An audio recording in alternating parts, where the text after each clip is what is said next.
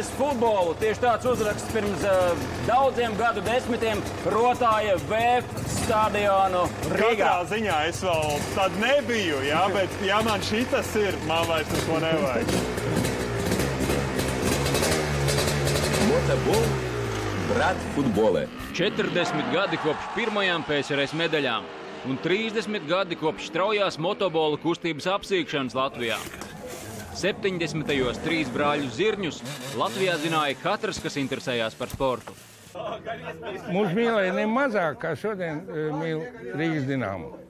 Stadions bija pilns vēpiņā, tur jau pat uz sētām un kokos sēdēja.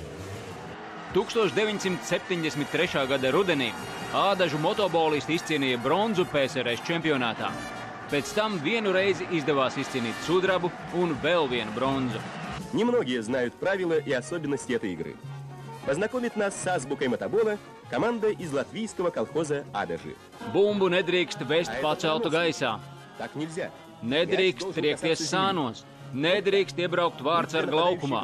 Teju vai džentelmeņu sporta veids. Oficiāli viņi skaitās bezkontakta spēle, bet viņi ir diezgan kontaktspēle. Un triec viens otru nost, triecās kājās, sit pa kājām. Tā kā, var teikt, vīriešu, veču sports. Ivans Sinders no 75. līdz 91. gadam bija tiesnesis PSRS čempionātā un pārdzīvoja Ādažu kluba sportisko mūžu.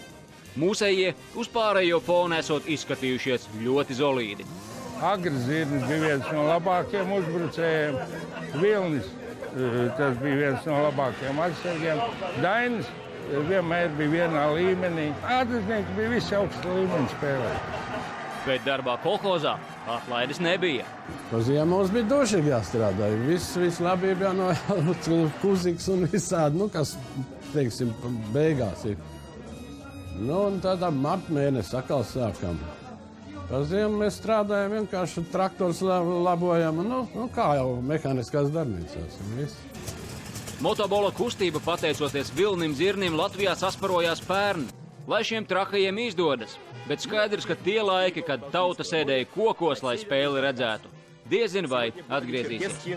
Матч на первенство страны в классе А. Diezgan mēs ir cīnījušies no augstākās līdz ārā izkrišanā, un pēc tam atkal palēnām pa B grupu un atkal A grupā un visādi gājis.